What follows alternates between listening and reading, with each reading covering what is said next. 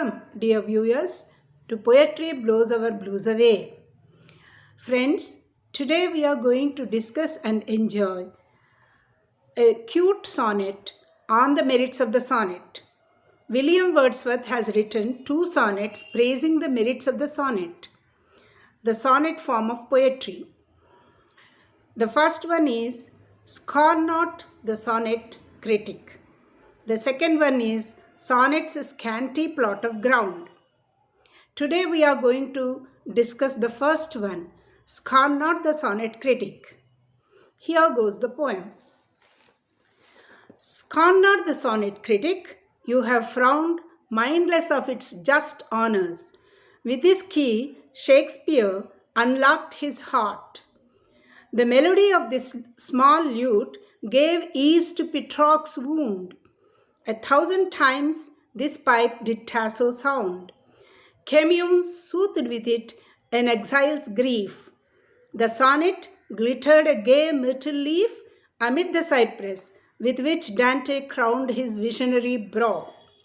A glowworm lamp, it cheered mild Spenser, called from fairyland to struggle through dark ways. And when a damp fell round the path of Milton, in his hand the thing became a trumpet, whence he blew, soul-animating strains, alas, too few. Sonnet, as you all know, friends, is a 14-lined lyric poem. Wordsworth begins the poem with an apostrophe, a direct address to the critic. Critic, do not scorn the sonnet. Do not look down upon the sonnet form of poetry.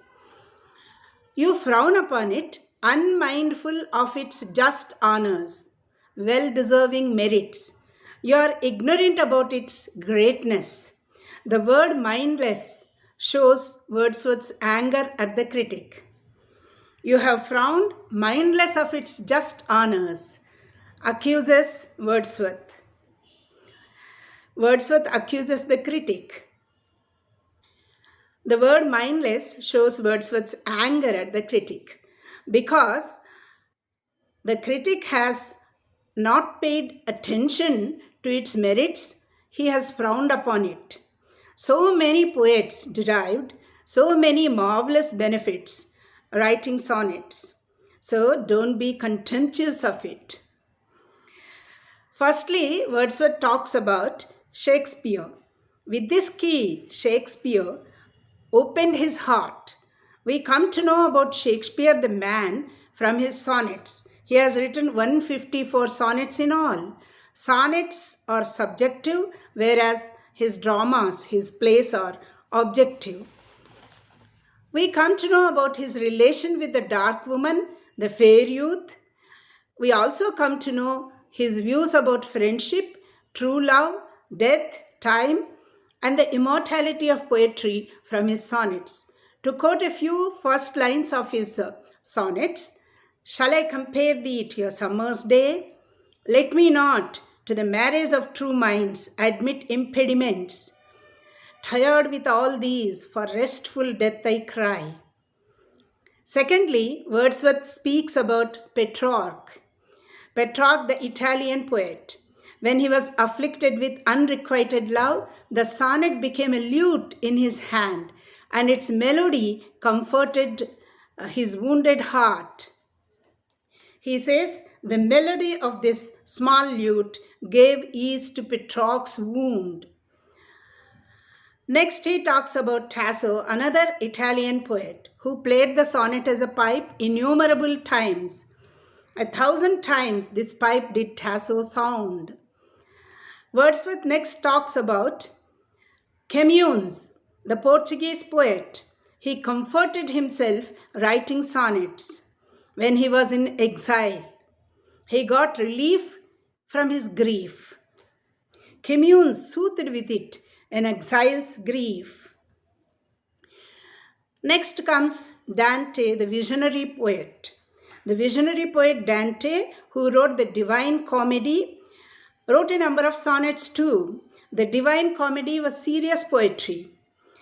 So, His visionary brow was metaphorically crowned with the cypress leaves.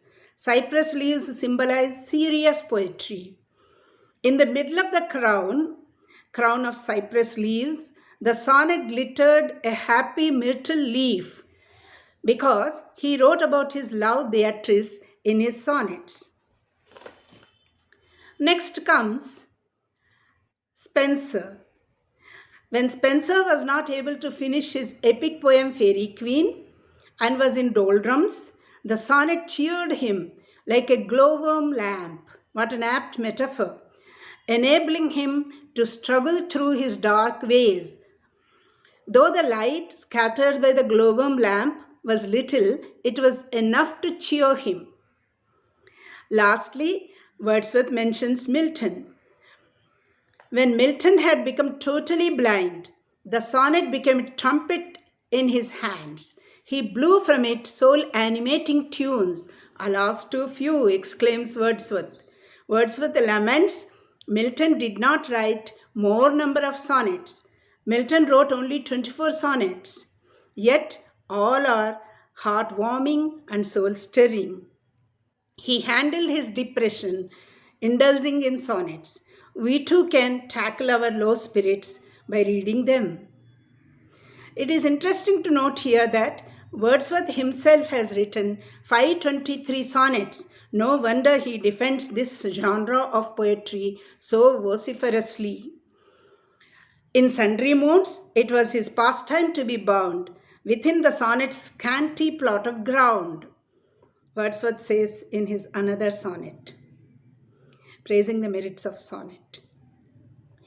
So in this cute sonnet on the merits of the sonnet, Wordsworth cites 7 great sonneteers and compares the sonnet to a key, to a lute, to a myrtle leaf, to a glowworm lamp, to a trumpet, to a pipe.